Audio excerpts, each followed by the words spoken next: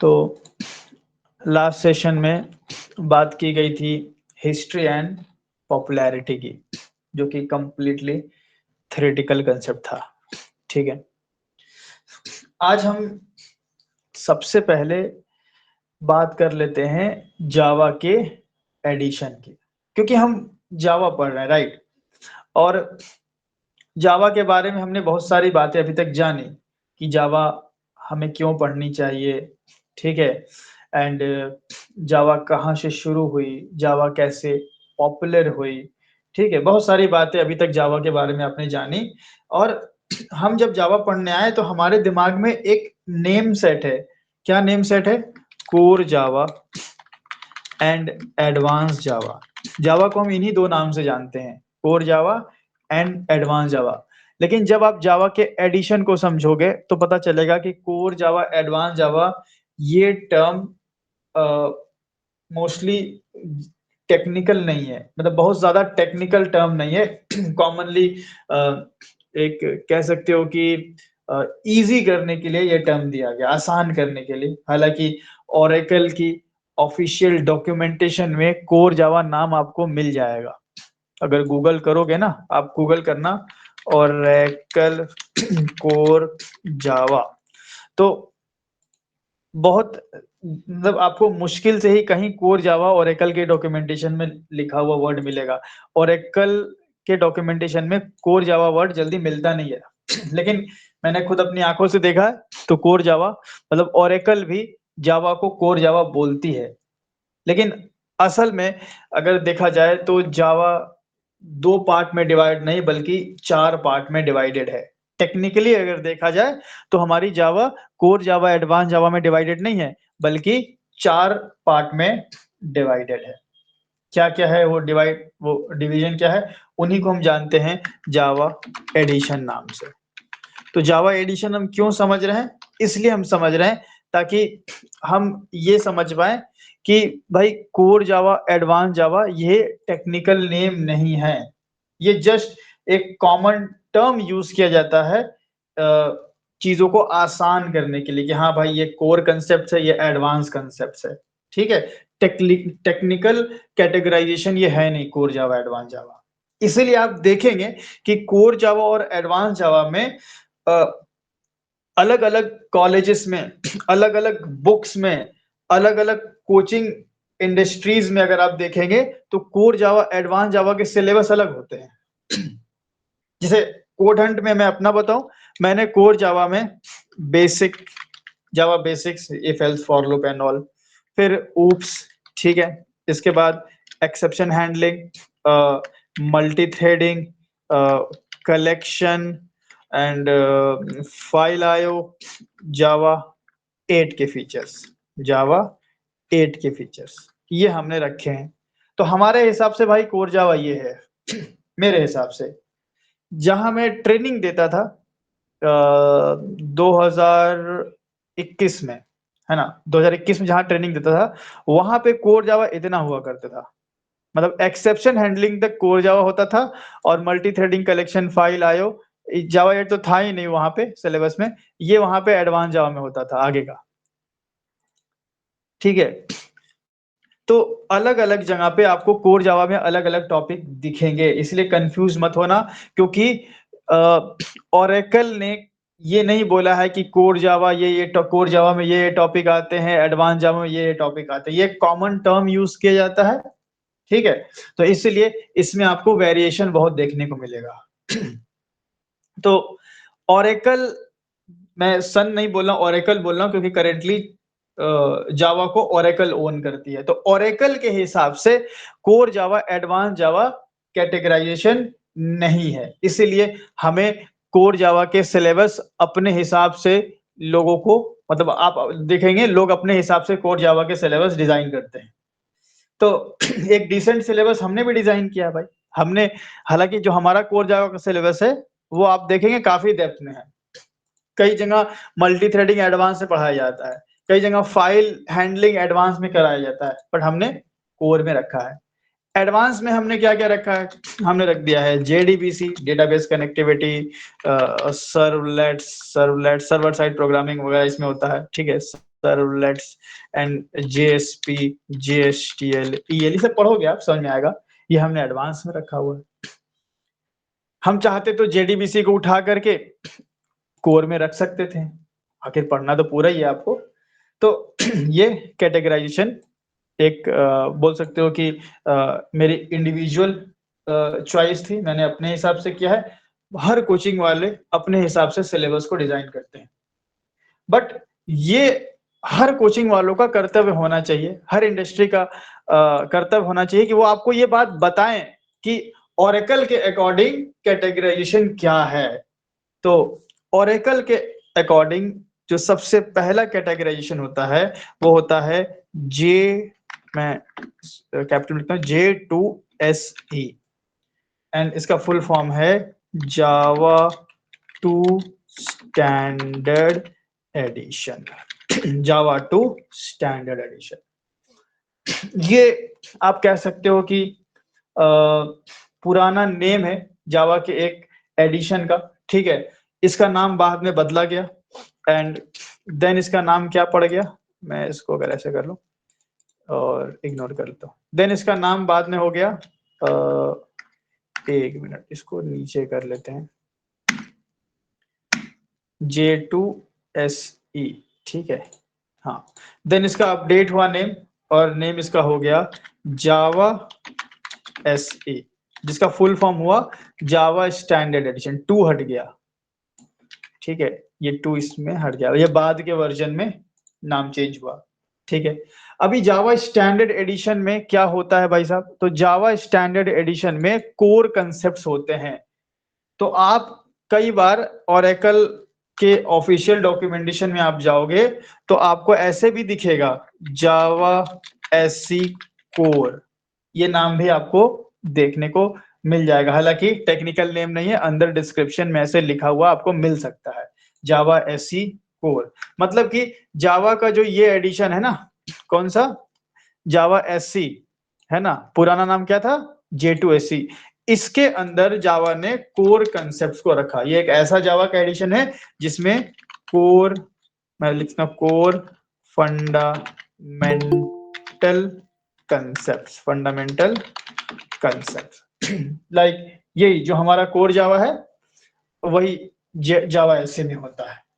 जावा S A में हालांकि हमने जो एडवांस जावा में JDBC रखा हुआ है, जावा डेटाबेस कनेक्टिविटी, वो जावा स्टैंडर्ड एडिशन का पार्ट है। तो मैं लिख सकता हूं core fundamental concepts including OOPs, ठीक है, एक्सेप्शन, मैं कुछ कुछ पॉइंट लिख देता हूं, इंपॉर्टेंट है, exception handling, exception handling, multi threading and या डॉट डॉट डॉट करते हैं, या कॉमा JDBC भी कर लेते हैं, JDBC।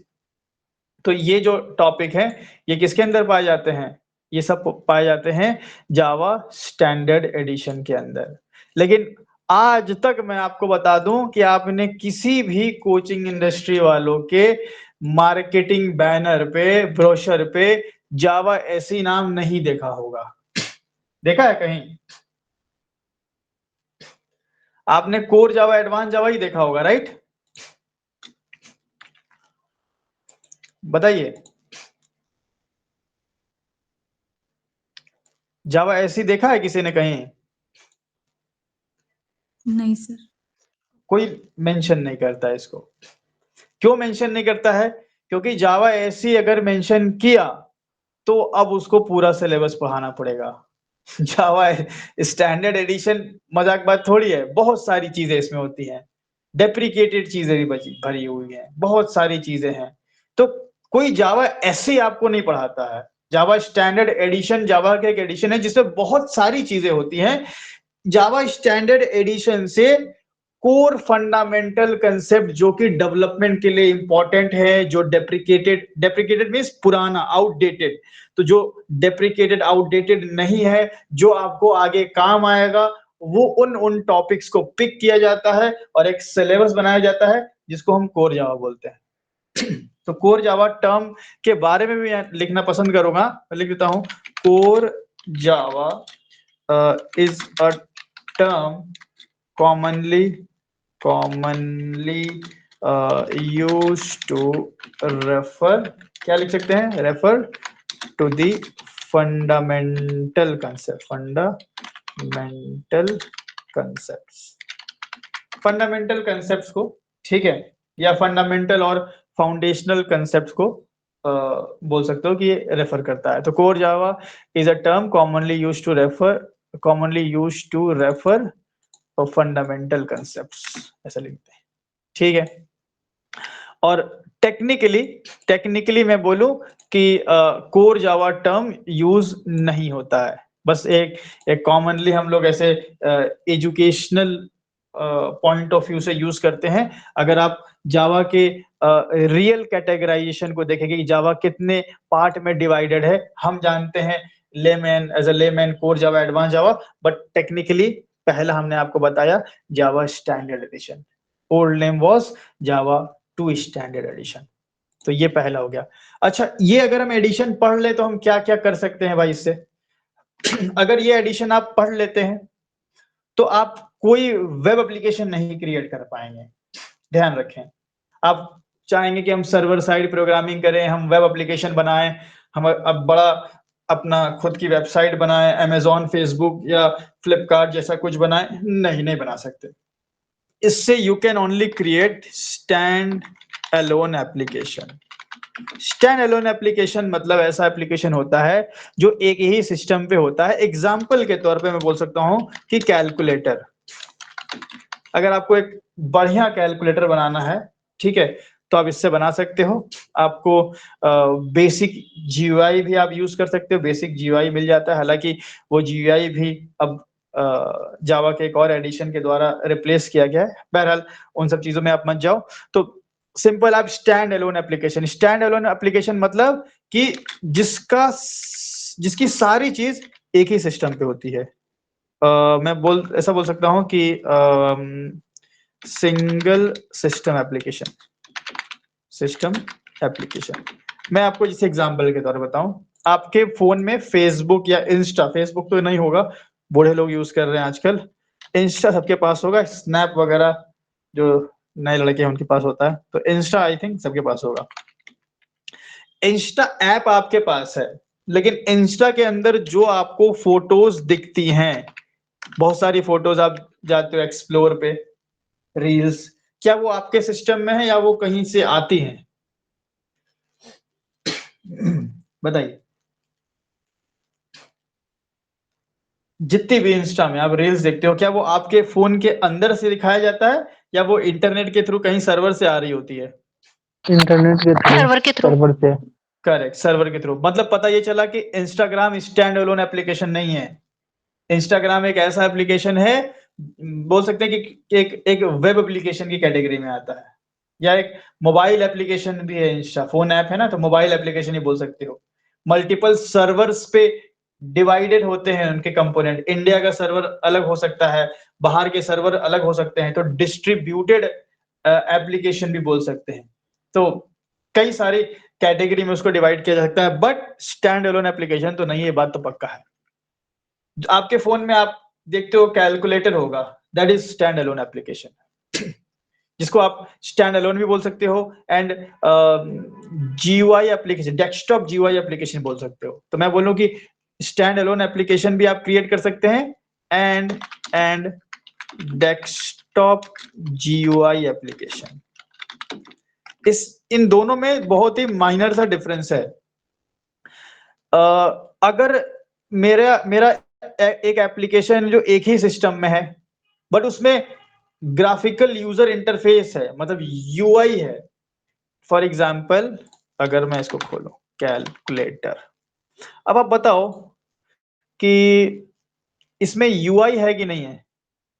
क्या इसको यूआई बोल सकते हैं जो हम देख रहे हैं? इज इट यूआई और नॉट, यूजर इंटरफेस? यूआई है यस सर। Sir, UI. तो ये आएगा डेस्कटॉप जीयूआई एप्लीकेशन की कैटेगरी में। स्टैंड अलोन एप्लीकेशन ऐसा एप्लीकेशन होता है जिसमें जीयूआई नहीं होती, जिसको सीएमडी के थ्रू रन किया जाता है, कमांड लाइन सीएमडी के थ्रू रन किया जाता है।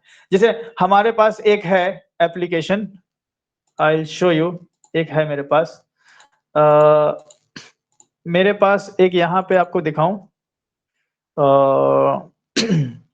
आई थिंक हमने डिलीट कर दिया, हेक्सडम करके एक एप्लीकेशन आता है हेक्सडम, ठीक है। उसका काम क्या होता है, शायद मैंने डिलीट कर दिया होगा। उसका काम होता है कि वो आपके सी के कोड को 0-1 में कन्वर्ट करके दिखाता है। आपने हेलो का सी का प्रोग्राम लिखा, अब आप देखना चाहते हो कि इंटरनली ये 0-1 में हेक्साडेसिमल में कैसे कन्वर्ट होता है, तो आप हेक्सडम के साथ कर सकते हो। पर हेक्सडम ऐसा एप्लीकेशन इसके पास यूआई है ही नहीं, there is no UI at all. तो जहां यूआई नहीं होता है उसको हम सीएमडी, कमांड प्रॉम्प्ट, ये कमांड प्रॉम्प्ट के थ्रू रन कर पाते हैं। सो ऐसे एप्लीकेशन आपको बनाना है जो सीएमडी के थ्रू चले, जो जैसे हम लोगों ने जावा का प्रोग्राम बनाया था जब सबसे पहला, तो हेलो आया था, वो सीएमडी में आया था ना, या फिर या चमकता धमकता लाल पीला हरा जीवाई में आया था, ऑब्वियसली सीएमडी में आया था। तो अभी मतलब मेरे उस एप्लीकेशन में जीयूआई नहीं थी, तो ऐसे एप्लीकेशन आप क्रिएट कर सकते हो अगर आप जावा स्टैंडर्ड एडिशन पढ़ते हो तो। बिना जीयूआई वाला एप्लीकेशन क्रिएट कर सकते हो एंड जीयूआई वाला एप्लीकेशन भी क्रिएट कर सकते हो।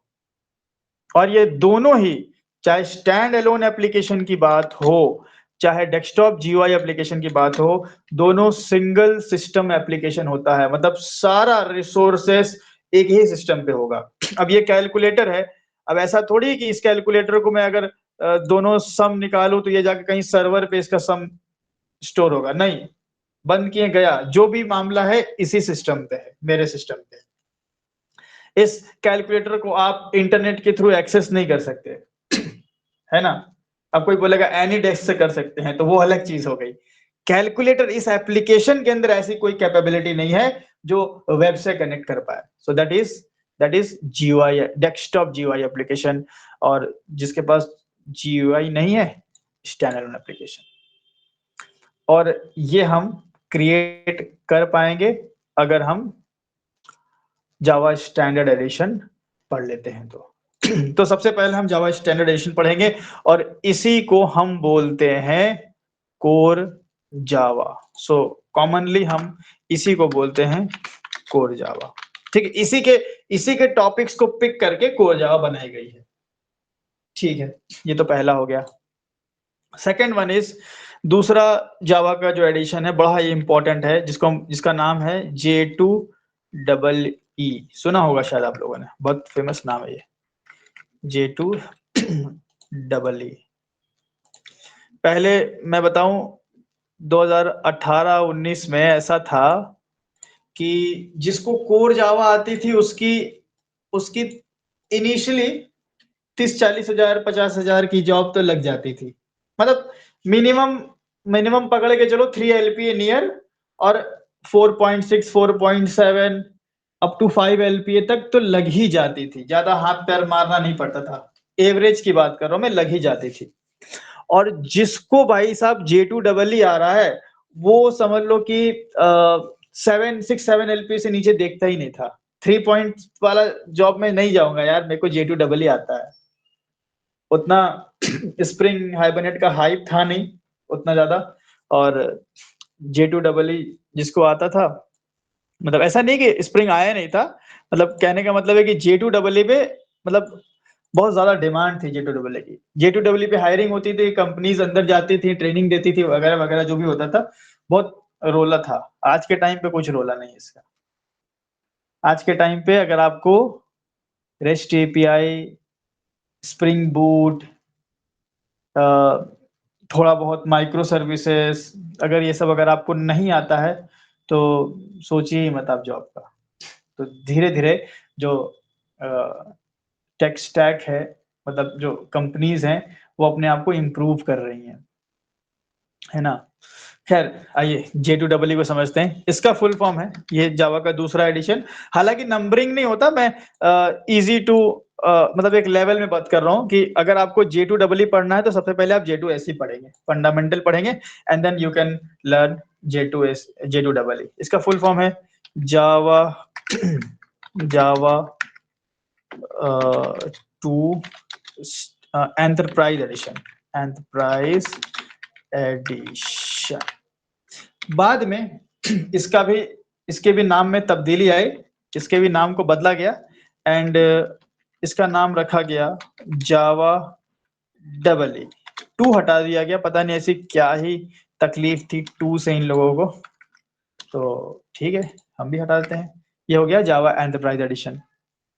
देन जावा एंटरप्राइज एडिशन को ओरेकल ने पूरा का पूरा दे दिया है अब इक्लिप्स फाउंडेशन को।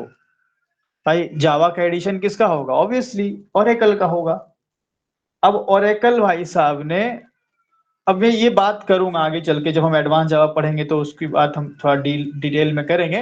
अभी बस मैं आपको ओवरव्यू दे रहा हूं कि ओरेकल पहले मतलब जावा एंटरप्राइज एडिशन ओरेकल का पार्ट था, लेकिन फिर इसको और इनहेंस करने के लिए और कम्युनिटी सपोर्ट के लिए और भी जो उनके इंटरनल रीजन हो, जावा डबल ई का टोटल मतलब जावा पूरे जावा डबल ई प्लेटफॉर्म को, पूरे टोटल एडिशन को अब हैंडओवर कर दिया गया है इक्लिप्स फाउंडेशन को।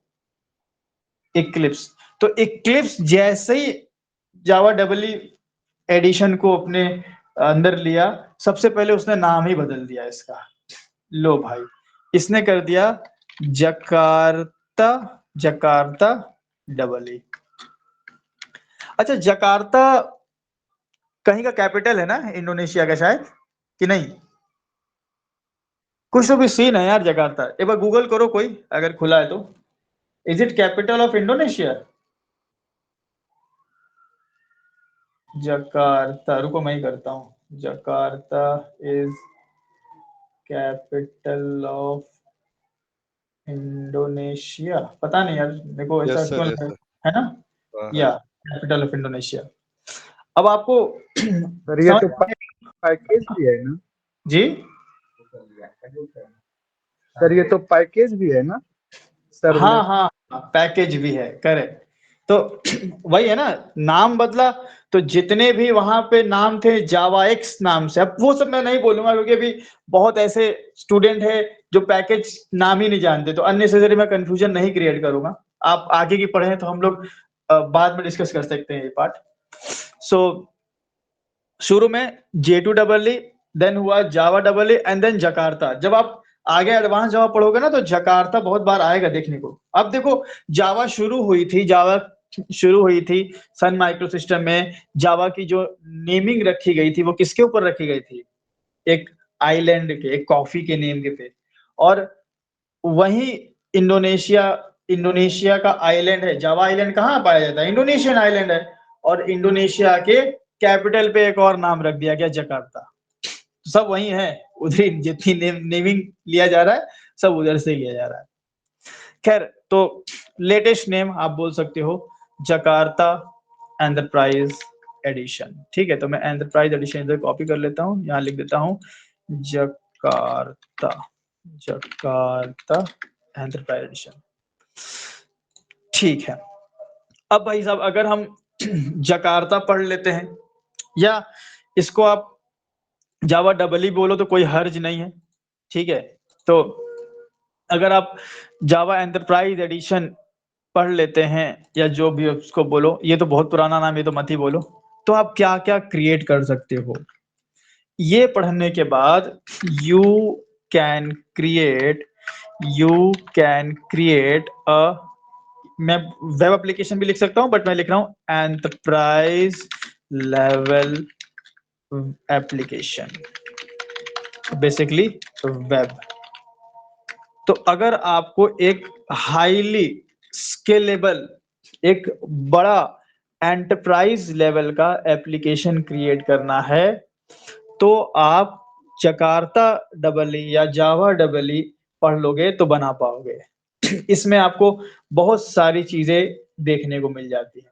इसमें आप सर्वर साइड प्रोग्रामिंग कर सकते हो, क्लाइंट सर्वर आर्किटेक्चर को क्रिएट कर सकते हो। बेसिकली वेब एप्लीकेशन में क्या होता है, वेब एप्लीकेशन का अगर एक मैं बहुत बेसिक सा अगर आपको एक डायग्राम बताऊं, तो एक हम यूआई क्रिएट करते हैं एंड इस यूआई को हम ब्राउजर से एक्सेस करते हैं, दैट इज योर क्लाइंट। हमने डे 1 में ही बताया था, एक आइडिया दिया था। एंड ये क्लाइंट हो गया। अब क्लाइंट रिक्वेस्ट मारता है सर्वर पे and that is your server. और सर्वर के अंदर क्या होगा, यहाँ पे सर्वर साइड प्रोग्रामिंग की गई होगी। तो क्लाइंट सर्वर से इंटरेक्ट करता है, सर्वर कुछ ना कुछ उसको रिप्लाई करता है, यही होता है। तो क्लाइंट सर्वर आर्किटेक्चर, अब ये इतना इजी भी नहीं होता है, इसमें बहुत सारे लेवल्स होते हैं, हम बात करेंगे उन लेवल्स की। हम ऐसा नहीं कि आपको थ्योरेटिकल अप्रोच से लेके जाएंगे कि हाँ चलो इनकैप्सुलेशन ये होता है, रट्टा मार लो इसका प्रोग्राम ना। जावा पढ़ के आपका कोई फायदा नहीं होने वाला जब तक कि आप जावा को इंप्लीमेंट नहीं करेंगे। The most important thing is implementation. जितना ज्यादा आप इंप्लीमेंट करोगे उतना ज्यादा सीखोगे। जितना ज्यादा इम्प्लीमेंटेशन मीन्स यही क्लाइंट सर्वर आर्किटेक्चर पे प्रोजेक्ट्स बनाना, रियल टाइम सिनेरियोस को कोड करना, है ना। तो वो चीज वो गेम भी हम लोग खेलेंगे, लेकिन उसके लिए आपका बेसिक बहुत स्ट्रांग होना चाहिए, स्पेशली मैं बोलूं कोर जावा।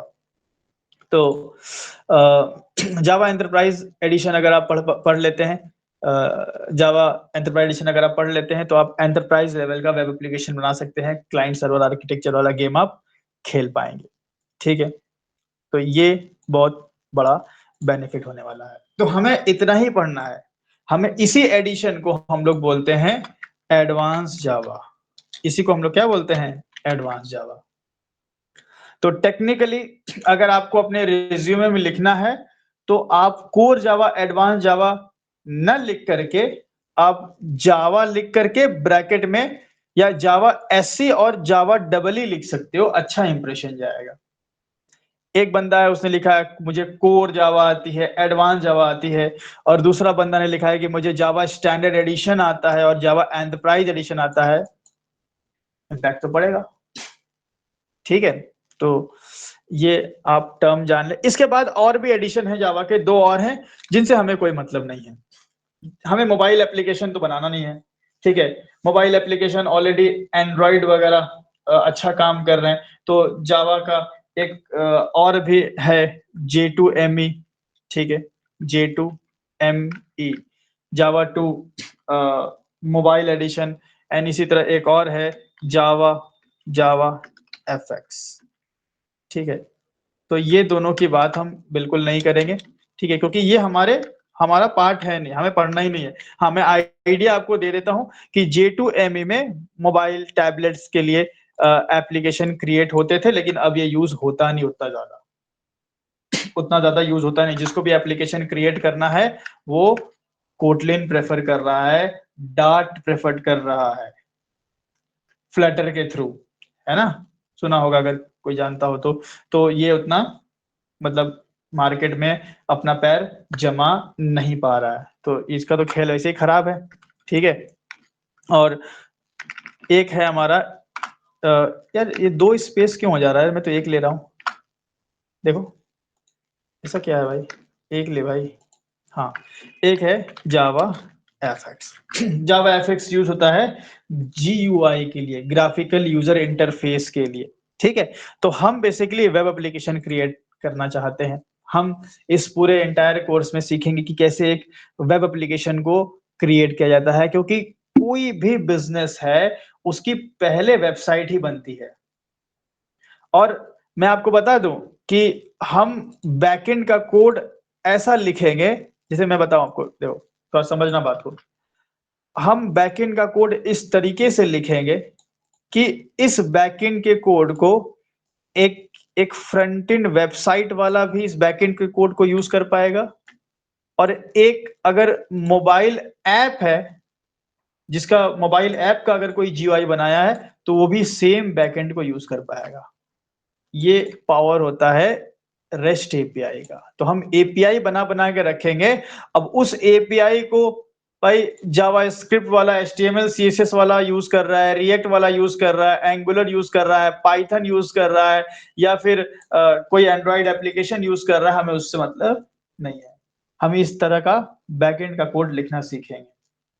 तो मतलब यहाँ पे क्या हुआ कि हमें J2ME और जावा FX की नीड नहीं है। हमें मोबाइल एप्लीकेशन क्रिएट करना नहीं है, और हमें UI नहीं क्रिएट करनी है इस तरह की। मतलब ये बेसिकली कह सकते हो डेस्कटॉप जीयूआई एप्लीकेशन वगैरह में यूज होता है। हमें वेब एप्लीकेशन बनाना सीखना है, और वेब एप्लीकेशन की जो यूआई होती है वो किसमें बनती है, बताया था, HTML, है ना, और CSS, JavaScript, Tailwind, Bootstrap, React, Angular, तो ये हमारा पार्ट है। ठीक है, आपको इंटरव्यू में ये पूछेगा, no one will ask Java FX, कोई जावा एफएक्स आपसे नहीं पूछेगा। आपसे आपसे बैकएंड में पूछा जाएगा core Java, that is your Java standard addition. आपसे पूछा जाएगा सर्वर साइड प्रोग्रामिंग, जिसको एडवांस जावा या जावा एंटरप्राइज एडिशन बोलते हैं टेक्निकली। और जब बात आएगी फ्रंट एंड की, तो आपसे HTML, CSS, JavaScript, bootstrap, react ये पूछा जाएगा। तो ये जावा के एडिशन में है, जस्ट मैंने आपको बता दिया। तो हमारा कितना एडिशन हो गया, 1, ये हो गया 2 एंड 3 एंड 4। ठीक है, तो ये जावा के एडिशन। सर J2ME को थोड़ा एक्सप्लेन कर दीजिए ना। मोबाइल एप्लीकेशन को क्रिएट करने के लिए पहले यूज होता था। जब जब एंड्रॉइड आया ना, एंड्रॉइड गूगल का आई थिंक है एंड्रॉइड, जब एंड्रॉइड आया तो J2ME यूज होना धीरे धीरे सप्रेस कर दिया उसने।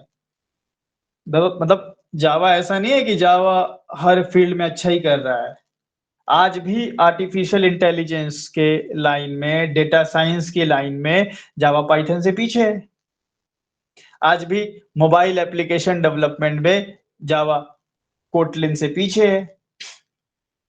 कोटलिन वगैरह यूज होता है मोबाइल ऐप डेवलपमेंट में।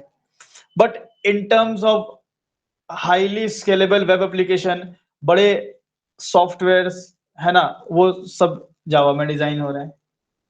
सो कुछ फील्ड जावा की है और कुछ फील्ड में जावा कोशिश कर रही है। तो ये सीन था। ठीक है, तो सर अगर कॉटलिन पढ़ना हो तो J2EE मतलब जावा EE के बाद पढ़ सकते हैं। कर आसान रहेगा, इजी लगेगा आपको बहुत। बट आई वुड सजेस्ट कि आप कोटलिन में अभी इनिशियली सोचे भी नहीं, क्योंकि बहुत सारी चीजें एक साथ करने से, कहावत है ना कि दो नाव पे पैर रखेंगे तो नाव पलटेगी।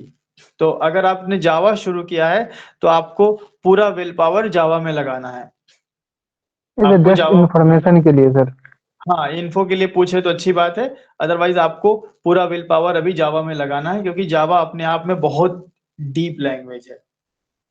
ये तो हो गया आपका कोर जावा, एडवांस जावा, जिसको हम टेक्निकल नाउन बताया। इसके बाद फ्रेमवर्क्स आते हैं जो कि जावा का पार्ट नहीं है, थर्ड पार्टी फ्रेमवर्क्स आते हैं जो इन टेक्नोलॉजीज को सपोर्ट करते हैं। इन टेक्नोलॉजीज के सपोर्टिंग फ्रेमवर्क भी हैं, like supporting frame like hibernate है, स्प्रिंग है। तो स्प्रिंग के भी मल्टी मॉड्यूलों से बात करेंगे आगे चल के।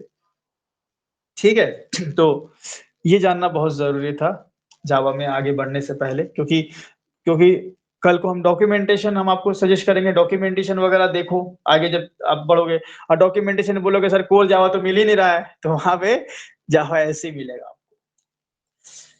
चलो ये बात हो गई।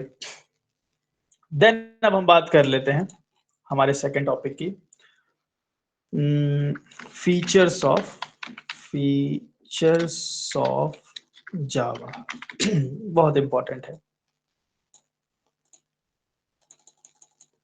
जावा के क्या क्या फीचर्स हैं, क्योंकि एक लैंग्वेज अपने फीचर्स से ही जानी जाती है।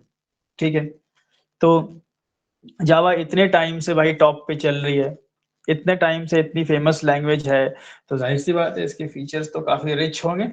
तो सबसे पहले तो मैं बोलूँ कि जावा के पास रिच फीचर्स हैं, गरीब नहीं है ना, फीचर के मामले में बहुत रईस लैंग्वेज है, बहुत सारे अच्छे अच्छे फीचर्स हैं, जिनमें हम आपके सामने कुछ फीचर्स इंट्रोड्यूस करते हैं। The first one is Java is a simple language. Market में बहुत लोग आपको बोलेंगे जावा सिंपल नहीं है। अब आप जावा को सिंपल क्यों कहा जाता है, क्यों जावा को सिंपल बोला जाता है, क्योंकि जावा का जो सिंटैक्स है बहुत सिंपल है। सिंपल सिंपल सिंटैक्स, एकदम मतलब देखो जावा को इसलिए सिंपल रखा गया ना क्योंकि जावा से पहले सी प्लस प्लस थी, जावा से पहले सी लैंग्वेज थी।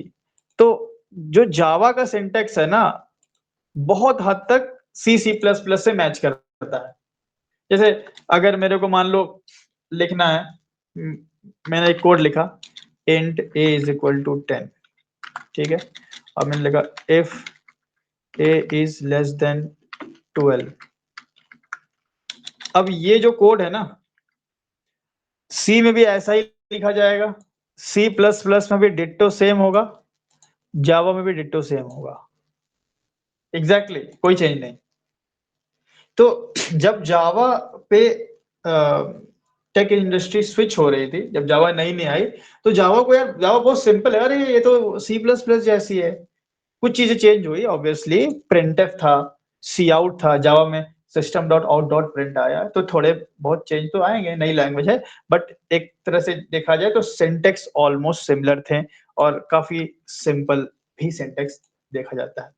जावा को जाना जाता है कि जावा एक बहुत क्लीन लैंग्वेज है, मतलब जावा के कोड बहुत क्लीन होते हैं। मतलब या मैं बोलूं कि जावा एक बहुत ही रीडेबल लैंग्वेज है। रीडेबल लैंग्वेज, रीडेबल लैंग्वेज मतलब कि जावा के अंदर अगर आपने एक कोड लिखा तो आप ईच एंड एवरीथिंग खुद एक्सप्लेन करते हो, मतलब सब चीज आप खुद लिखते हो। मतलब जावा के कोड को एक पैराग्राफ की तरह पढ़ा जा सकता है।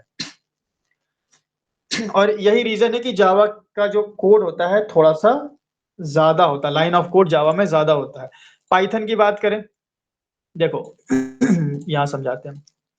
अगर मान लो कि पाइथन में कोई कोड इतना बड़ा है ना, इतना बड़ा मान लो, तो जावा में हो सकता है कि वो इतना बड़ा होगा, हो सकता है डबल या फिर 75% थोड़ा इंक्रीज हो, बड़ा ज्यादा तो होगा।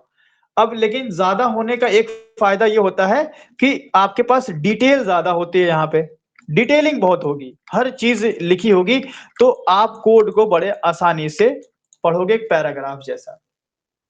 एंड जहां पे लाइन ऑफ कोड कम होता है वहां बहुत सारी चीजें इंटरनल हो जाती है, बहुत सारी चीजें एब्स्ट्रैक्ट होती हैं, आपसे छुपी हुई होती हैं। 5 लाइन में बहुत सारी कुछ हो गई, तो जाहिर सी बात है ना कि बहुत सारी चीज इंटरनली हो गई, आपको पता ही नहीं चला कि ऐसा ऐसा भी हुआ है। बट यहाँ पे ये एक एडवांटेज है, बट कहीं ना कहीं ये एक डिसएडवांटेज भी है। कुछ चीजें अगर एडवांटेज होती है तो भाई ज्यादा लाइन लिखना पड़ेगा, डिसएडवांटेज है। ठीक है रीडेबल है पर डिसएडवांटेज है। इसीलिए जावा ने अपने आप को कॉम्पैक्ट भी किया, और जावा पाइथन की बराबरी करने पे तो आ ही गई है। कौन से वर्जन से? अपने सिंस जावा 8।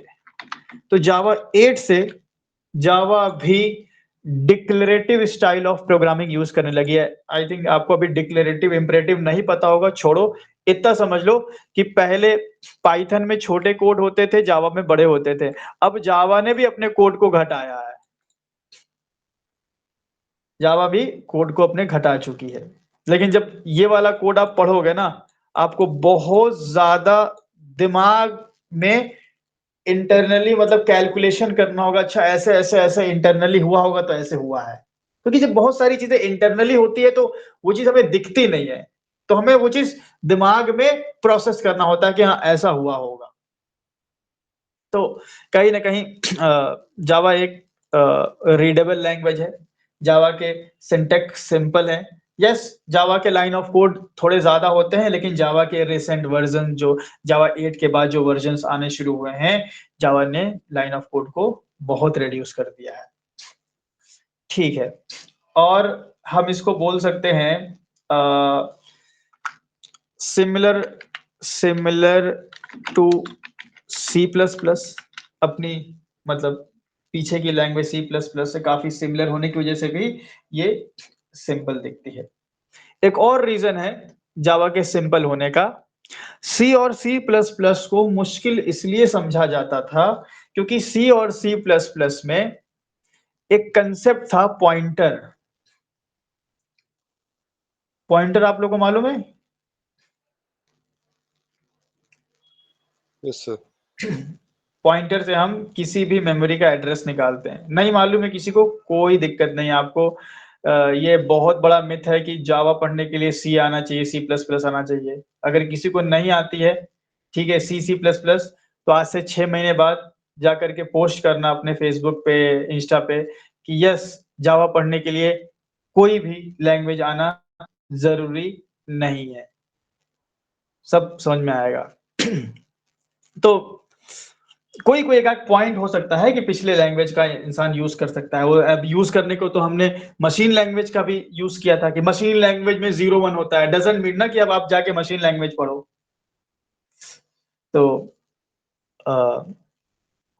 जावा के अंदर मतलब एक कॉम्प्लेक्स टॉपिक था सी प्लस प्लस के अंदर, पॉइंटर जावा के अंदर, उसको रिमूव कर दिया गया। तो मैं बोल सकता हूं कि नो एक्सप्लिसिट पॉइंटर, मतलब पॉइंटर्स यूज होते हैं, इंटरनली यूज होते हैं, एक्सप्लिसिटली मतलब प्रोग्रामर्स को पॉइंटर्स में डील नहीं करना है। जो पॉइंटर्स नहीं जानते वो समझ लें कि एक बड़ा ही मुश्किल टॉपिक था सी प्लस प्लस में, जिसको जावा से रिमूव कर दिया गया है, हटा दिया गया है। ठीक है भाई, बहुत अच्छी बात है। तो सिंपल, इस तरह से जावा को सिंपल बोला। Then second feature, Java is an object oriented programming language. ठीक है, जावा एक ऑब्जेक्ट ओरिएंटेड प्रोग्रामिंग लैंग्वेज है, ऊप को सपोर्ट करती है, ऑब्जेक्ट ओरिएंटेड प्रोग्रामिंग को। एंड ऑब्जेक्ट ओरिएंटेड प्रोग्रामिंग में आपको बिल्कुल अभी नहीं समझाने वाला, बस मैं इतना बता सकता हूं कि it is a way of programming, ये प्रोग्रामिंग करने का एक तरीका है। It is a way of programming. इसके और भी नाम है, programming philosophy, programming paradigm, approach of programming. जब हम ऊप्स शुरू करेंगे तो इनकी बात करेंगे डिटेल में। तो जस्ट अभी के लिए ध्यान रखें कि एक प्रोग्रामिंग करने का तरीका है। तो जावा ऑब्जेक्ट ओरिएंटेड प्रोग्रामिंग तरीके को फॉलो करती है। फायदा क्या होता है? कोड में मॉड्यूलैरिटी आती है, मॉड्यूलैरिटी। कोड में आप बोल सकते हैं कि रीयूजेबिलिटी आती है, रीयूजेबिलिटी एबिलिटी, ठीक है। एंड इजी करती है, मैं अभी के लिए इतना लिखता, and easier to understand.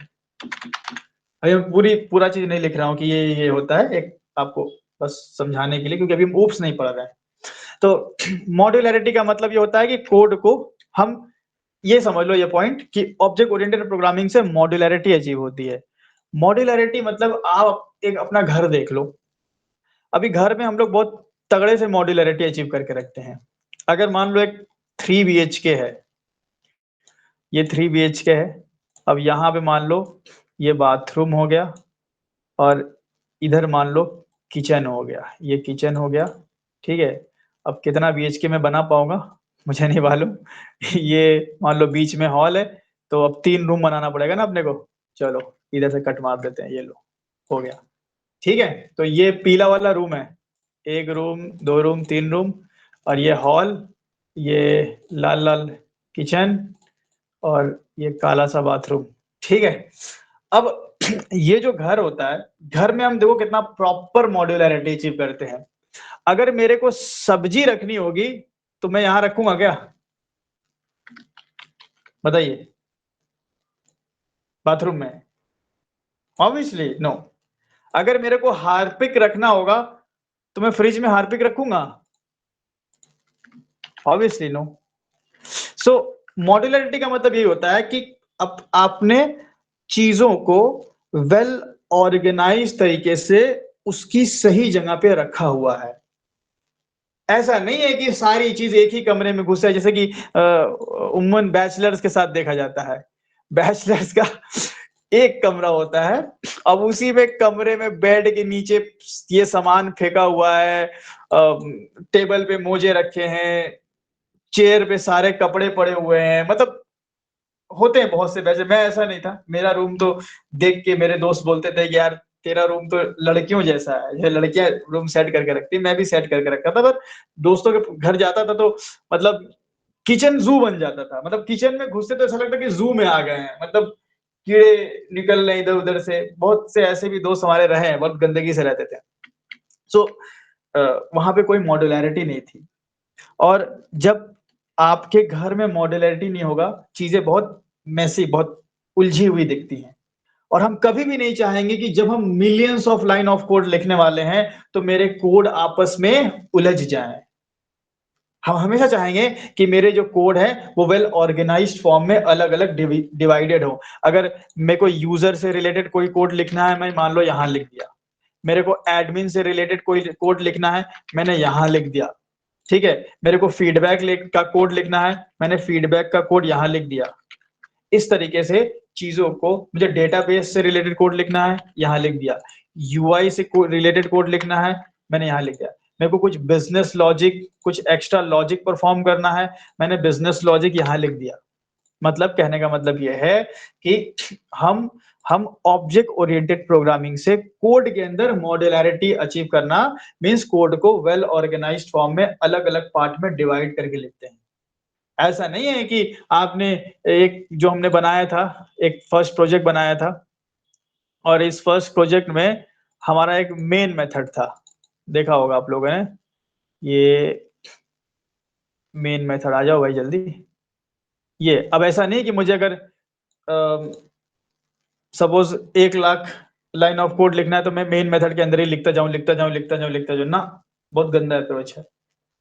Code को अलग अलग तरीके से डिवाइड किया जाता है, और उसके लिए ऑब्जेक्ट ओरिएंटेड प्रोग्रामिंग बहुत शानदार तरीका हमें प्रोवाइड करती है, जो कि हम पढ़ेंगे। कुछ कोड ऐसे होते हैं जो बार बार रीयूज करने पड़ते हैं, तो हम कोड रीयूजेबिलिटी और इजी टू अंडरस्टैंड, ये सब चीजें हम अचीव कर पाते हैं थ्रू ओ। तो कह सकते हैं कि ऑब्जेक्ट ओरिएंटेड प्रोग्रामिंग जावा का एक फीचर है। ठीक है, आइए next. Third one is platform independent. इसमें तो बताने की हमें कोई जरूरत है नहीं। जावा सपोर्ट्स वोरा राइट वंस। फुल फॉर्म क्या है वोरा का? बताएं आप लोग, बताएं हमने। Write once, use नहीं, anywhere.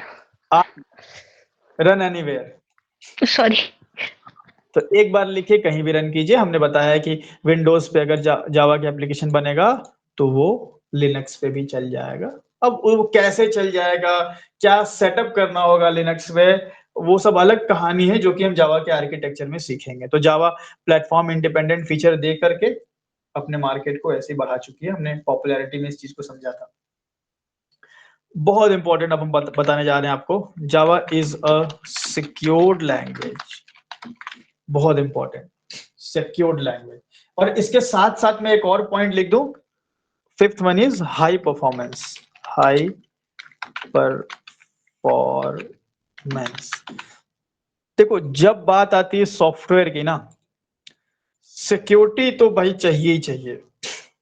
अब जीमेल को देख लो, सब जीमेल छोड़ो, इंस्टा देख लो। आप में से कितने ऐसे लड़के हैं जो किसी का इंस्टा हैक करना चाहते हैं? ईमानदारी से हैंड रेस कर दो जरा।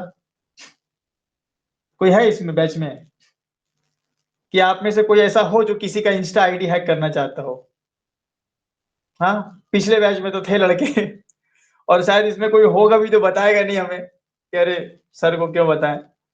अक्सर हम देखते हैं कि किसी न किसी का इंस्टा आईडी हमको हैक करना ही रहता है। अरे भाई उसका इंस्टा आईडी हैक हो जाता तो ये पता चल जाता है, ऐसा वैसा। बहुत चुल मची रहती है हमें। सोचो, इंस्टा के डेवलपर पे कितना हेडेक है यार, क्योंकि पूरी दुनिया के सब लोग उसकी मतलब उसके एप्लीकेशन को मतलब हैक करना चाहते हैं कि किसी तरह से यार उसके एप्लीकेशन में ऐसा फॉल्ट निकाला जाए और अकाउंट को। तो कहीं ना कहीं ऐसे हाईली स्केलेबल एप्लीकेशन जो हैं वो सिक्योर होना बहुत जरूरी है। जीमेल हैक हो गया ना तो बहुत लोगों की बर्बादी हो जाएगी। व्हाट्सएप अगर कितने देर के लिए, शायद 1 मिनट 2 मिनट के लिए, आप कुछ सेकंड के लिए व्हाट्सएप रुक गया था तो कितना नुकसान हो गया था। विंडोज जब नहीं चला था, कितने ज्यादा दिन की बात नहीं है, एयरपोर्ट के काम रुक गए थे। तो ये जो बड़े बड़े प्रोडक्ट्स होते हैं, इनका सिक्योर होना बहुत जरूरी है, और यहीं पे जावा पिक्चर में आती है। जावा बहुत ही, मतलब जावा को बोल सकते हैं कि one of the most secured programming language. Internet programming जो होती है, जिसमें हम वेब एप्लीकेशन क्रिएट करते हैं, उन लैंग्वेजेस में अगर जावा को देखेंगे तो Java is one of the most secured programming language. Even Java के जो फ्रेमवर्क्स हैं, मैंने आपको ओएप्स टॉप 10 के बारे में बताया था। ओएप्स टॉप 10, हाँ भाई, किसी को ध्यान है? खोया था हमने ये वेबसाइट, भूल गए सब लोग। आई थिंक डेमो में बताया था, डेमो में ज्यादा लोग रहे नहीं होंगे शायद। मैं दिखाता हूं आपको, ये दो खुला ही है पहले से। वेब्स टॉप 10 आप गूगल पे सर्च करोगे ये आएगा। तो यहाँ पे top 10 web application security risk. Web application जब आप क्रिएट करते हो तो ये सिक्योरिटी रिस्क होते हैं, जिनमें से एक इंजेक्शन तो हम आपको करके दिखाएंगे। अब इन सिक्योरिटी रिस्क से आपको कौन बचाएगा? क्या आप कोड लिखेंगे इन सिक्योरिटी से रिस्क से बचने का? तब तो आपको एथिकल हैकिंग भी पढ़ना पड़ेगा, फिर तो वेब पेनिट्रेशन भी पढ़ना पड़ेगा आपको, इन सारे अटैक्स के बारे में कि इंजेक्शन अटैक क्या होता है, क्रिप्टोग्राफिक फेलियर क्या होता है, ये सब भी पढ़ना पड़ेगा। तो जावा बोलती है अरे यार तुम काहे टेंशन ले रहे हो, तुम बस मेरे को यूज करो ना, बाकी हम देख लेंगे। जावा बेस्ड फ्रेमवर्क जो है जैसे स्प्रिंग सिक्योरिटी, स्प्रिंग फ्रेमवर्क का एक मॉड्यूल है स्प्रिंग सिक्योरिटी। स्प्रिंग सिक्योरिटी अगर आप यूज करते हो, बस भूल जाइए, सब काम खुद ब खुद हो जाएगा अपने आप। स्प्रिंग सिक्योरिटी जावा का एक फ्रेमवर्क बोला जाता है, मॉड्यूल में तो वो नहीं आता है, हालांकि वो हम स्प्रिंग में देख लेंगे। लेकिन जावा, मतलब जावा के थर्ड पार्टी जो फ्रेमवर्क्स हैं, वो इन सिक्योरिटी को बहुत अच्छे तरीके से, मतलब इन इन अटैक्स के खिलाफ बहुत अच्छे तरीके से आपके एप्लीकेशन को सिक्योर करते हैं। एंड जावा इटसेल्फ जो मेजर सिक्योरिटी प्रॉब्लम्स होती हैं, इनके इनके अपोजिट में एक अच्छा आपको बैरियर क्रिएट करके देती है। इट मींस कि अगर आप जावा को यूज कर रहे हैं तो आपको इन प्रॉब्लम से, जो वेबसाइट्स में अटैक्स होते हैं, उन प्रॉब्लम से आपको टेंशन लेने की जरूरत है नहीं, वो सब इंटरनली सॉल्व कर दिए गए। हर वर्जन में कुछ ना कुछ सिक्योरिटी अपडेट्स भी आते हैं, वो आपको चेक करना पड़ता है। जैसे जावा 8 में है, अब मान लो कि आपने जावा 8 यूज किया, अभी जावा 8 मान लो आप यूज कर रहे हो, सपोज दैट, बहुत इंपॉर्टेंट बात है, ध्यान समझना। जावा 8 आप यूज कर रहे हो, ठीक है, और जावा 8 में मान लो कि जब जावा 8 बनाई गई थी, ठीक है, जावा 8 कब बनाई गई थी? कोई मुझे गूगल पे देख के बता सकता है क्या? When Java 8 was introduced? मुझे डेट याद नहीं एक्चुअली, चलो सर्च करते हैं। When Java 8 was introduced. एक जन तो यार चैट जीपीटी खोल के बैठा करो डेट वेट के लिए, और देखते हैं। 18 मार्च 2014, चलो मैं इसको सही मान रहा हूं, ठीक है, बाकी आप क्रॉस चेक कर लें, डेट वगैरह तो उतना याद नहीं रहती है। आ जाओ इधर। अब जावा 8 कब आई? 18 मार्च 2014 को। मतलब 18 मार्च 2014 के बाद क्या नए अटैक्स नहीं आए होंगे, इंट्रोड्यूस नहीं होंगे?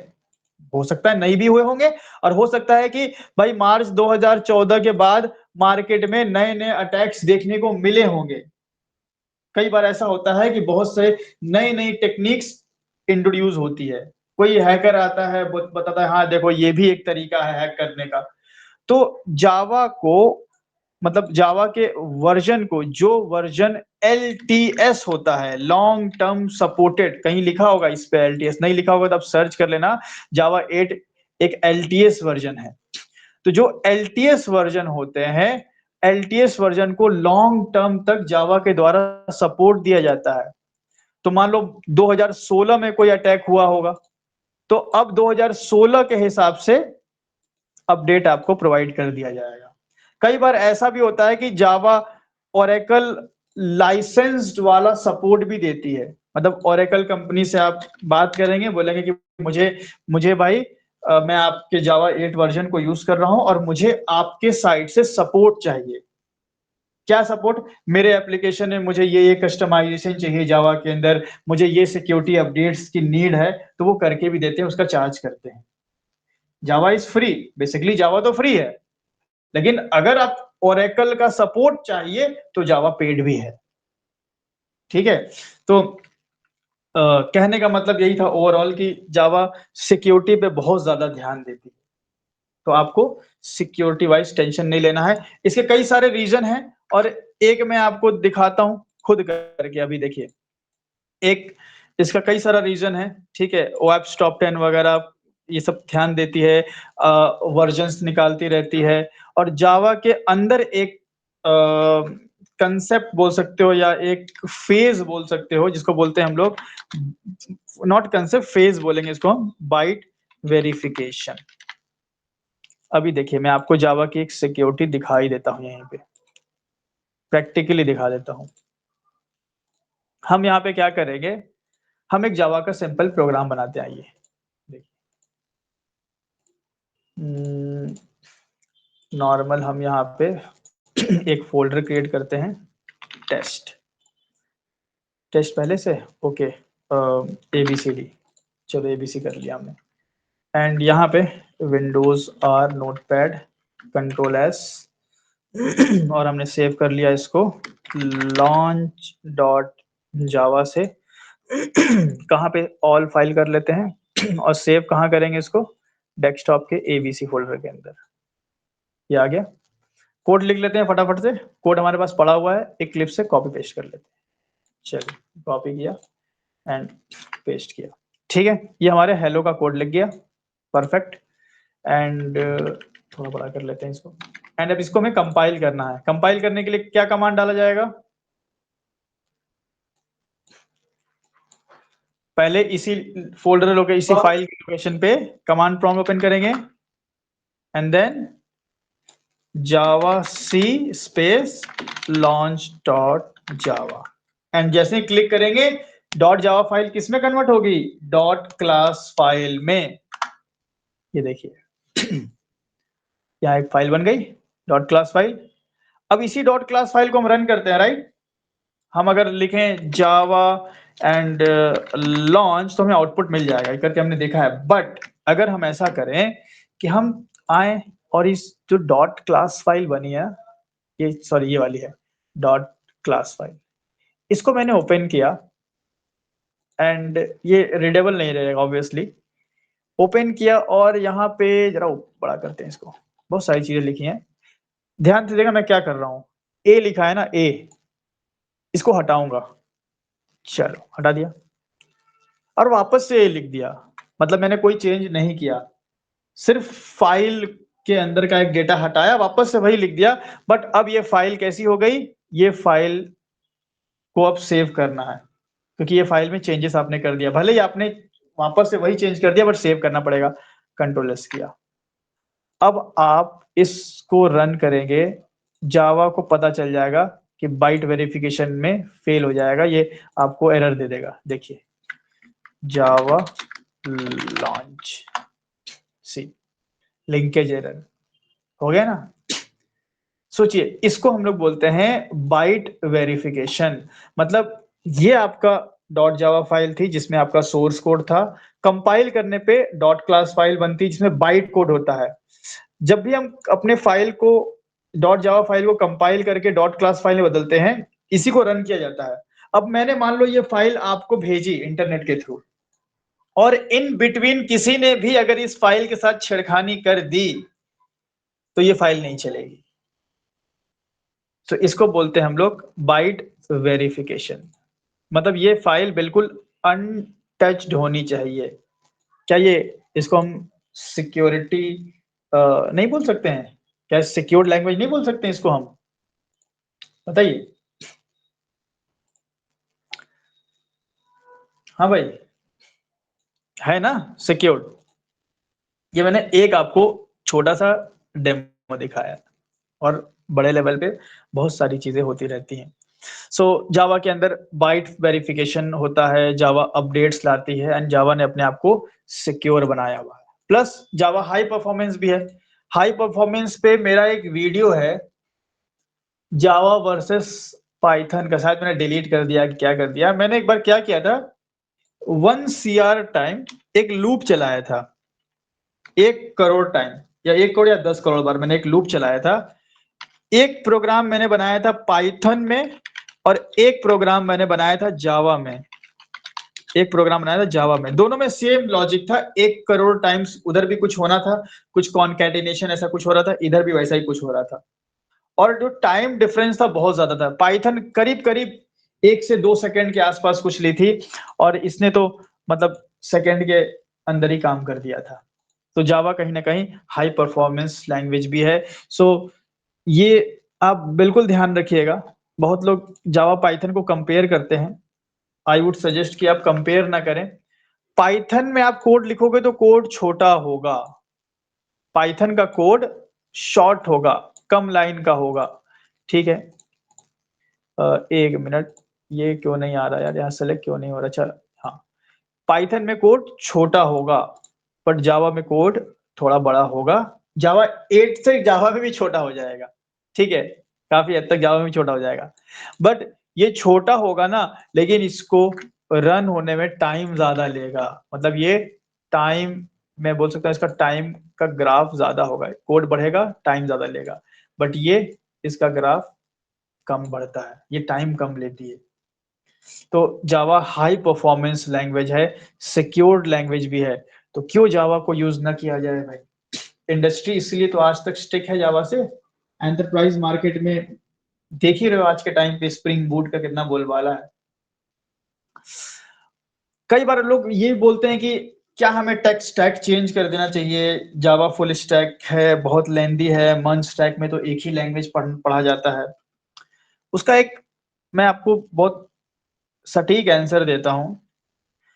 देखो जो मन है ना, मन स्टैक इजी है, नो डाउट इजी है, but that is not stable. जब एक स्टार्टअप कंपनी होती है, एक बहुत ध्यान समझना, एक स्टार्टअप कंपनी होती है और इस स्टार्टअप कंपनी को कोई आइडिया आता है, तो उस आइडिया को उसको विद इन 10 to 15 डेज में या within a week implement करना होता है।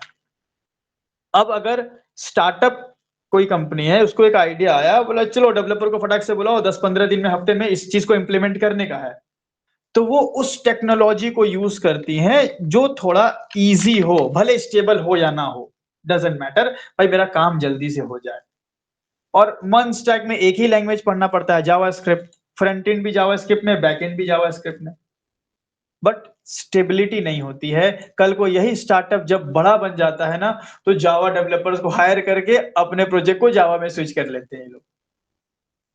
लेकिन अगर एक बड़ा एंटरप्राइज लेवल का कोई कंपनी है, गूगल हो गया, माइक्रोसॉफ्ट हो गया, या बड़ी कंपनी IBM एंड ऑल, बहुत सारी कंपनी है, बड़ी कंपनी है। कई बार स्टार्टअप्स भी, अप्रोच पे डिपेंड करता है, कई बार स्टार्टअप्स भी जावा को इनिशियली पिक कर लेती है।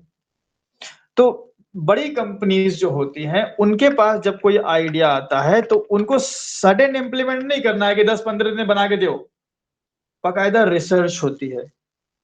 तो जब रिसर्च होती है तो वो लोग स्टेबल लैंग्वेज के पास जाते हैं, and Java is one of the most stable, और बोल सकते हैं कि एक स्ट्रॉन्ग कम्युनिटी की लैंग्वेज है। बहुत सी कम्युनिटी बहुत स्ट्रांग है जावा की। तो इसलिए आप देखेंगे कि छोटे शहर में, छोटे सिटीज में जावा की जॉब आपको कम दिखेगी। भोपाल में अगर मैं, मेरे रिज्यूमे में जावा है, मैं लेके जाऊंगा, मुझे जॉब नहीं मिलेगी। PHP लिख के चल जाऊंगा, मन लिख के जाऊंगा, तो शायद मुझे कहीं छोटा मोटा काम मिल जाए। बैंगलोर चल जाओ, पुणे चल जाओ, हैदराबाद चल जाओ, जावा पे आपको बहुत जॉब दिख जाएंगी। तो वहां पे बड़े बड़े प्रोजेक्ट्स पे काम हो रहे हैं। अब आप छोटे शहर में, भोपाल में हो, बनारस में हो, आप ऐसे कोई छोटी सिटी ले लो आप, तो वहां पे आपको ऐसे प्रोजेक्ट्स दिखेंगे नहीं, क्योंकि जावा में अक्सर बड़े स्केलेबल स्टेबल प्रोजेक्ट्स, बड़ी कंपनीज के प्रोजेक्ट ही मोस्टली होते हैं। ठीक है। और जावा में चीजें भी बहुत सारी पढ़ना पड़ता है। फ्रंट एंड में हम डिफरेंट चीजें पढ़ते हैं, HTML CSS जावास्क्रिप्ट रिएक्ट, जो कि जावा से कोई मतलब ही नहीं है। फिर हम डेटाबेस लेयर पे SQL पढ़ते हैं, MySQL पढ़ते हैं, अलग एक क्वेरी लैंग्वेज हो गई, ठीक है। फिर हम अपना जावा बीच में बैकएंड में यूज करते हैं। जावा में बहुत सारी चीजें हैं, कोर एडवांस है, स्प्रिंग हाइबरनेट एंड ऑल। सो करना तो आपको पड़ेगा। या तो आप देखो शॉर्टकट से जाओगे तो मतलब आप वो अचीव नहीं कर पाओ, वो लेवल अचीव नहीं कर पाओगे।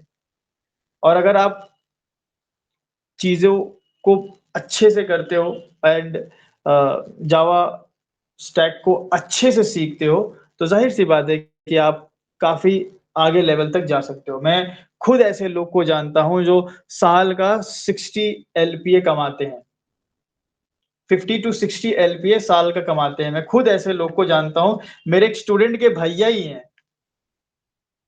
तो बहुत स्कोप है, ठीक है।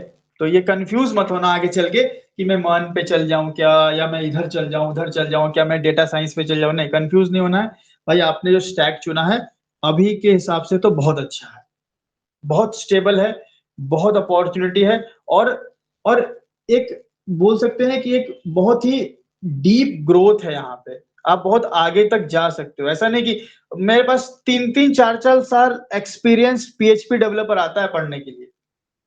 हम बोले भाई तुमको 4 साल PHP में है। हाँ सर, पर सैलरी नहीं मिलता है, 40,000 के ऊपर जा ही नहीं रहे। 4 साल में जावा कर लो, 20 लाख से कम के आदमी नहीं रहोगे आप। तो ये बात है। तो ये खैर 5 फीचर्स की हमने बात करी।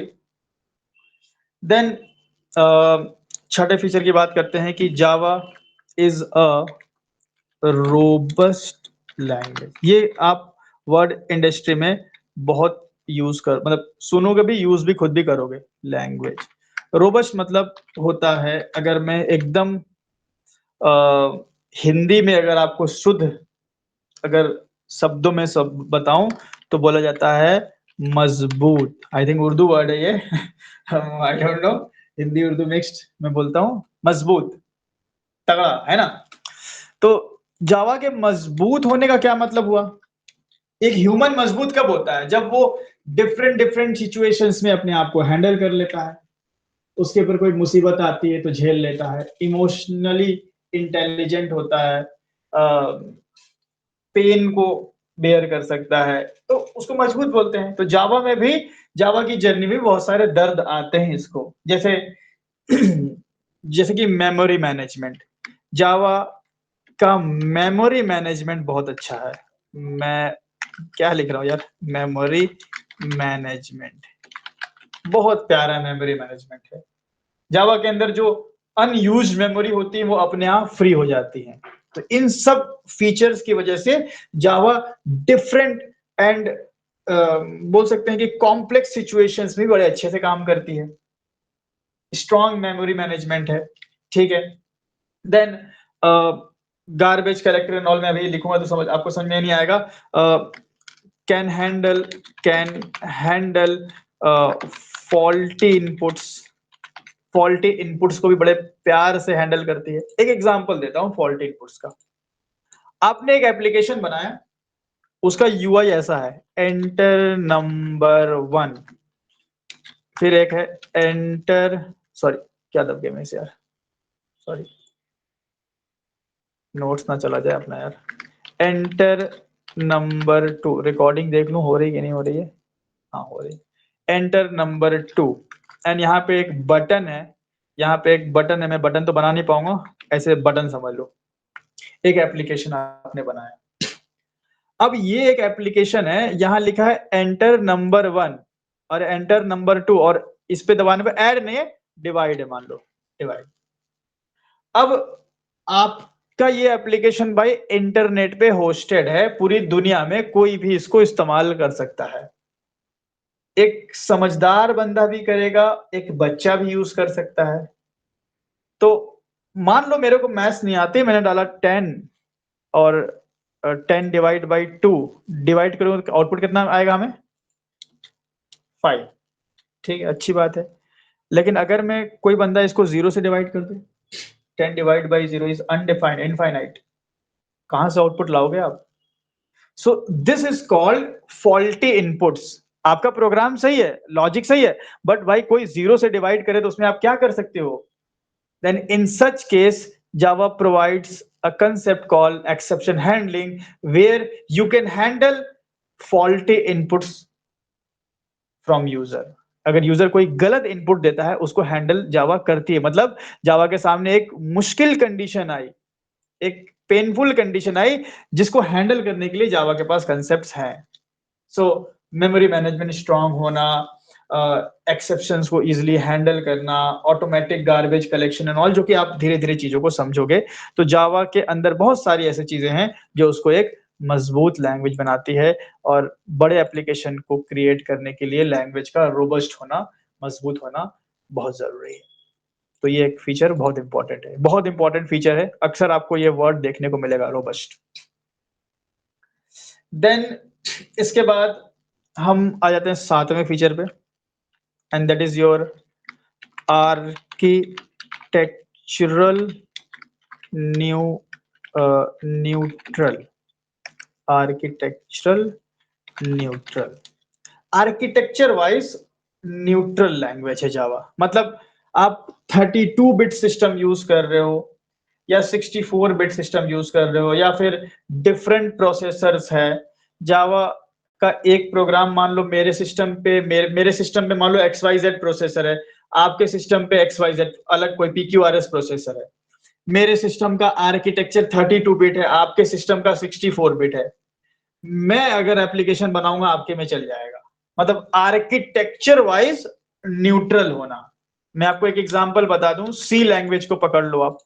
सी लैंग्वेज में अगर आप 32 बिट सिस्टम को यूज करते हो, 16 bit compiler, sorry 16 bit compiler को अगर आप यूज करते हो, तो उसमें डेटा टाइप की रेंज अलग होती है। और 32 बिट कंपाइलर अगर आप यूज करते हो तो उसमें डेटा टाइप की रेंज अलग होती है। ये बात किसको किसको पता है? Please raise your hand. किसको मालूम थी ये बात पहले? हाँ, एक जन को पता है सिर्फ। किसी को नहीं पता है तो कोई मैटर नहीं है इसमें। बस इतनी सी बात है कि सी लैंग्वेज में जब हम आर्किटेक्चर बदलते हैं, पहले, अब तो कोई यूज भी नहीं करता 32 बिट सिस्टम। आप देखे होंगे पहले 32 बिट सिस्टम चलता था, 64 बिट, अब तो सब 64 बिट है। तो अगर आप 16 बिट कंपाइलर को यूज कर रहे हैं सी का, तो अगर आपने लिखा है इंट डेटा टाइप यूज किया है, ठीक है, मतलब एक वेरिएबल मैंने बनाया इंट ए, तो उसमें बहुत बड़ी मान लो वैल्यू डाला हमने, कुछ मुझे रेंज एक्चुअली याद नहीं है कितनी थी। अब इसमें मान लो 1000 है ना, तो 32 बिट में इसकी लिमिट बढ़ के 2000 हो जाएगी। एक एग्जांपल दे रहे हैं, 1000 2000 नहीं होती है, मतलब उसकी रेंज बढ़ जाती है। मतलब मान लो इसकी मैक्सिमम अगर रेंज 1000 है, हम 1000 तक वैल्यू भर सकते हैं, तो 32 बिट कंपाइलर में सेम कोड में रेंज बढ़ जाएगी। ये बहुत दिक्कत होता था जब एप्लीकेशन 32 बिट से 64 बिट पे शिफ्ट होता था, तो रेंजेस में चेंज होने की वजह से आपकी वैल्यूज में बदलाव करना पड़ता था। मतलब कि अगर हम आर्किटेक्चर को चेंज करते हैं तो जावा पे कोई इम्पैक्ट नहीं पड़ता है। बस ये आपको ध्यान रखना है, आर्किटेक्चरल न्यूट्रल लैंग्वेज। ठीक है, इसके बाद कुछ और चीजें हैं, जैसे जावा is a multi threaded language. इसके बारे में तो हम बाकायदा अलग से डिस्कशन करेंगे। ये एक बहुत ही इन डेप्थ टॉपिक है, और मुझे लगता है कि जावा के अंदर ऊप्स के बाद सबसे ज्यादा किसी टॉपिक पे अगर हमें टाइम देना है तो एक ये है और एक कलेक्शन है। बहुत अच्छे से इसको समझना पड़ेगा। मल्टी थ्रेडिंग का एक सिंपल एग्जांपल आपको समझा देते हैं, आप एक बार में क्लिक कर जाएगा आपको। आपने मैंने एक YouTube वीडियो अपलोड किया YouTube पे, ये YouTube है और ये मेरा वीडियो अपलोड हो गया। अब इस वीडियो को एट अ टाइम बहुत सारे लोग देख पा रहे हैं, इसी को बोलते हैं हम लोग क्या? Multi threading. मतलब हम यहाँ पे मल्टी थ्रेडिंग के थ्रू मल्टीटास्किंग अचीव करते हैं। वीडियो एक ही होता है, ऐसा नहीं कि YouTube में अगर मान लो किसी का 40 मिलियन व्यूज जा रहा है, तो YouTube उसके वीडियो को 40 मिलियन टाइम कॉपी पेस्ट थोड़ी करेगा यार, कि हर बंदे को एक एक वीडियो प्ले करके दो। फिर तो हो गया YouTube का, फिर तो हो गया, तो कितना यार स्पेस लेकर के आएगा वो। वीडियो एक ही रहेगा, बट उसको एट ए टाइम कई सारे लोग अपने अपने अकॉर्डिंग एक्सेस कर पाते हैं। This is called multitasking. जैसे मेरे सिस्टम में एक ही प्रोसेसर है ना, लेकिन हम पेंट भी चला रहे हैं, वर्ड भी चला रहे हैं, नोटपैड भी चला रहे हैं, ब्रेव, पता नहीं क्या क्या खोल के रखे हैं हम, प्रोसेसर तो एक ही है, मल्टीटास्किंग हो रहा है। इसी तरह आपको अगर अपने प्रोग्राम के अंदर मल्टीटास्किंग अचीव करना है, then you can achieve through multi threading concept. तो जावा एक मल्टी थ्रेडेड लैंग्वेज है, जिसके अंदर मल्टी थ्रेडिंग नाम का एक कंसेप्ट मिलेगा, जिसको हम लोग बहुत डिटेल में पढ़ेंगे। तो इसके मैं एक पॉइंट लिखना बस पसंद करूंगा यहाँ पे कि टू अचीव मल्टीटास्किंग। अगर आपको मल्टीटास्किंग अचीव करना है, देन आप मल्टी थ्रेडिंग के पास जाते हैं। तो ये भी एक अच्छा फीचर है भाई, मल्टीटास्किंग वगैरह हो जाता है जावा में, बहुत अच्छी चीज है। देन हम बात कर सकते हैं अब 9वें फीचर की, कि जावा इज अ डिस्ट्रीब्यूटेड लैंग्वेज। ठीक है, डिस्ट्रीब्यूटेड का मतलब ये होता है कि जावा के अंदर आप ऐसा एप्लीकेशन बना सकते हो जो मल्टीपल मशीन्स पे डिस्ट्रीब्यूटेड हो। फॉर एग्जाम्पल, जैसे आपके पास 5 क्लाइंट हैं, तो 5 क्लाइंट के लिए आपने 5 मशीनें रख दी, 1 मशीन, 2 मशीन, 3 मशीन, 4 मशीन, और हर एक मशीन पे, मतलब एक एप्लीकेशन को आपने 5 मशीनों पे डिवाइड कर दिया, 4 क्लाइंट के लिए और 1 सर्वर के लिए। तो मतलब आपका जो एप्लीकेशन है उसका मेन सारा डेटा सर्वर पे है और वो क्लाइंट एक्सेस कर रहा है, इस तरह से कुछ। तो इसको हम बोलते हैं डिस्ट्रीब्यूटेड एप्लीकेशन, मतलब आपका एप्लीकेशन डिफरेंट डिफरेंट मशीन्स पे डिस्ट्रीब्यूटेड है, एक मशीन वाला दूसरे मशीन से इंटरेक्ट कर पा रहा है, जिसको हम लोग बोल सकते हैं क्लाइंट और सर्वर। बेसिकली ये सब काम जो होता है रिमोट मेथड इन्वोकेशन कंसेप्ट की मदद से होता है, बट वो अभी आप जानते नहीं हो, तो बस आप समझ सकते हो कि भाई मल्टीपल मशीन्स पे अगर मेरा एप्लीकेशन रन हो, ठीक है, तो उसको हम बोलते हैं डिस्ट्रीब्यूटेड एप्लीकेशन। तो मैं लिख सकता हूं मल्टीपल, या मैं ऐसे लिख दूं क्लाइंट मशीन, एंड ये जो इंटरेक्ट कर रही है किससे, सर्वर की मशीन से। तो ये इस तरह का अगर आपको काम करना है, इस तरह के एप्लीकेशन क्रिएट करना है, तो जावा में वो भी बन जाता है। इसीलिए जावा को बोलते हैं कि जावा एक डिस्ट्रीब्यूटेड लैंग्वेज है। ठीक है ना? तो ये हमारे कितने हो गए, ये हमारे 9 फीचर्स हो गए। कुछ भूल रहे हैं क्या इसमें हम? सिंपल 1 2 3 4 5 6 7 8 9। हाँ, एक और बहुत इंपॉर्टेंट, जावा एक पोर्टेबल लैंग्वेज है। पोर्टेबल का मतलब क्या होता है, कोई बता सकता है?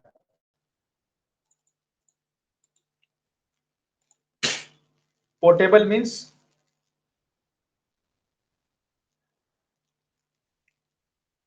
कोई, अच्छा पोर्टेबल का डिक्शनरी मीनिंग क्या समझते हो? पोर्टेबल से आजकल पोर्टेबल वॉशिंग मशीन आ रही हैं, पोर्टेबल पीसीज आ रहे हैं। पोर्टेबल का मतलब होता है easy to carry. Java easy to carry है भाई, इसका क्या मतलब हुआ? सिंपल मतलब ये है कि अगर मैंने अपने सिस्टम पे, देखो मैं बताता हूं, ये मेरा सिस्टम है ना, और मैंने अपने सिस्टम पे एक कोड लिखा है, ठीक है। अब इस कोड को मैंने कंपाइल किया, इस कोड को मैंने क्या किया, कंपाइल किया, तो एक क्या बनी, डॉट क्लास फाइल बनी, ठीक है, डॉट क्लास फाइल बनी। अगर ये मैं डॉट क्लास फाइल आपको दूं, और आपके पास सपोज दैट लिनक्स है, और ये डॉट क्लास फाइल आपके पे रन हो जाती है, तो इसको क्या बोलोगे आप? प्लेटफॉर्म इंडिपेंडेंट बोलोगे? बताइए, यस और no? Yes, yes sir. Platform independent बोलोगे। लेकिन अगर मैं आपको ये कंपाइल्ड फाइल ना भेज के आपको सिर्फ ये कोड भेजूं, कॉपी करूं, कॉपी किया, इधर आए और हम गए यहां पे चैट में और भेज दिया। अब आप मुझे ये बताइए कि ये जो कोड हमने आप लोग को भेजा है, क्या आप अपने सिस्टम पे उसको कंपाइल और रन कर सकते हो, या कोड में यस कुछ चेंज करना पड़ेगा? कर सकते हैं। कर सकते हैं। तो अगर मेरे सिस्टम से आपको कोई कोड हमने भेजा और बिना उस कोड में चेंज किए भी, नो मैटर आपका कौन सा ऑपरेटिंग सिस्टम है, अगर वहां पे भी कोड कंपाइल रन वही सेम कोड हो जाता है, इट मींस कि कोड इजी टू कैरी हुआ, एक जगह से दूसरी जगह बहुत आसानी से चला गया, उसमें कोई बदलाव नहीं करना पड़ा। That is portability. पोर्टेबिलिटी और प्लेटफॉर्म इंडिपेंडेंसी में अक्सर लोग कंफ्यूज होते हैं। प्लेटफॉर्म इंडिपेंडेंसी का मतलब होता है कि हम एप्लीकेशन को क्रिएट करके भेजते हैं, डॉट क्लास फाइल भेजेंगे, कंपाइल अपने सिस्टम पे करेंगे, विंडोज पे कंपाइल करेंगे, ठीक है ना, ध्यान रखना, विंडोज पे हम कंपाइल करेंगे और देन जो डॉट क्लास फाइल बनेगी हमारी, उसको हम दूसरे जगह भेजते हैं, उसको हम लिनक्स पे, मैक पे और कहीं भेज के चेक करते हैं, चल जाती है तो बोलते हैं प्लेटफॉर्म इंडिपेंडेंट है। बट पोर्टेबल के केस में हम कंपाइल नहीं करते हैं, हम सिर्फ कोड जो अपने सिस्टम पे लिखा करते हैं वही आपको भेज दिया। अब आप भी अगर उसी सेम कोड को कंपाइल रन करते हो विदाउट एनी चेंज, देन आप बोल सकते हो कि पोर्टेबल लैंग्वेज है। तो ये सिंपल सा, मैं इसी को ऐड कर दूं, कहाँ कहाँ लिखा था यार मैंने अभी, इसमें ही किया था क्या? अच्छा, मैंने तो डायरेक्ट आपको भेज दिया था, चलो कोई बात नहीं। पोर्टेबल का मतलब आप समझो, मैं यहाँ पे लिख देता हूँ send code without compilation, compilation, ठीक है। तो अगर आप कोड को सेंड करते हो विदाउट कंपाइलेशन और चल जाता है तो दैट इज पोर्टेबल। देन दो और फीचर की बात कर लेते हैं हम। एक हम लोग मान लो कर ले, अगर डायनेमिक लोडिंग वगैरह तो आप जानते तो हो नहीं, चलो लिख देते हैं हम। एक होता है हमारा जावा, एक डायनामिक लैंग्वेज है, मतलब एक जावा एक डायनेमिक, ये भी एक फीचर है डायनेमिक लैंग्वेज, और जावा एक इंटरप्रेटेड लैंग्वेज है। अब ये दो ऐसे टॉपिक है ना जिसको अभी एक्सप्लेन करेंगे भी तो आपको कुछ समझ में आएगा नहीं, क्योंकि ये दोनों चीजें रिलेटेड हैं जावा के आर्किटेक्चर से। इसमें बेसिकली होता क्या है, इसमें होता है डायनामिक लोडिंग, और अभी अभी आपको पता ही नहीं है कि लोडिंग लोडिंग क्या होता है सब, तो इसको अगर हम बोलेंगे भी तो कोई आपको समझ में आएगा नहीं। इंटरप्रेटेड लैंग्वेज आपको समझ में आ जाएगा काफी हद तक कि जावा इंटरप्रेटर को यूज करती है। जावा यूजेस व्हाट? इंटरप्रेटर। मैं बोलूंगा जावा byte code is interpreted by whom?